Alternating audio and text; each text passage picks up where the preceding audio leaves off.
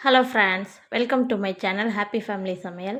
இன்றைக்கி நாம் என்ன பார்க்க போகிறோன்னா, சில்லி சிக்கன் எப்படி செய்யலான்னு பார்க்கலாம் வாங்க. அதுக்கு ஒரு 1/4 கிலோ அளவுக்கு சிக்கன் எடுத்திருக்கேன். போன்லெஸ்ஸாக எடுத்திருக்கேன் நான். அதுக்கு 1 ஸ்பூன் அளவுக்கு இஞ்சி பூண்டு பேஸ்ட்டு சேர்த்துக்கோங்க. 2 ஸ்பூன் அளவுக்கு தயிர் சேர்த்துக்கோங்க. 2 ஸ்பூன் அளவுக்கு கார்ன்ஃப்ளவர் மாவு சேர்த்துக்கோங்க. 3 ஸ்பூன் அளவுக்கு சிக்கன் 65 மசாலா ஒரு 3 ஸ்பூன் அளவுக்கு சேர்த்துக்கோங்க. உப்பு தேவையான அளவு சேர்த்துக்கோங்க. முட்டை ஒரே ஒரு முட்டை உடச்சி சேர்த்துக்கோங்க. முட்டை ஏன் சேர்க்குறோன்னா, நம்ம எண்ணெயில் பொரிக்கும்போது மசாலா எல்லாம் உதிராமல் சிக்கன்லேருந்து மசாலா பிரிஞ்சு போகாமல் இருக்கிறதுக்காக ஒரு பைண்டிங்காக தான் முட்டை சேர்த்துருக்கிறது. புதினா கொஞ்சமாக வாசனைக்காக ஒரு 5-6 இலை சேர்த்துக்கோங்க.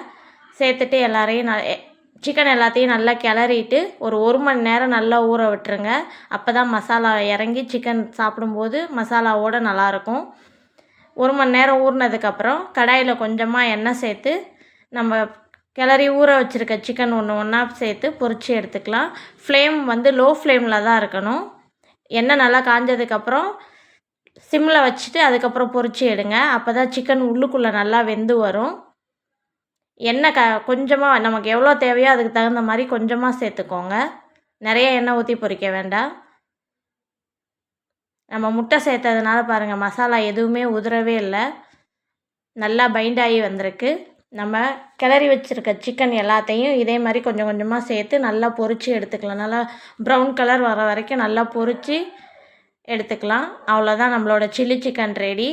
சேனல் பிடிச்சிருந்துச்சுன்னா லைக் பண்ணுங்கள், ஷேர் பண்ணுங்கள், சப்ஸ்கிரைப் பண்ணுங்கள். Thanks for watching. Thank you.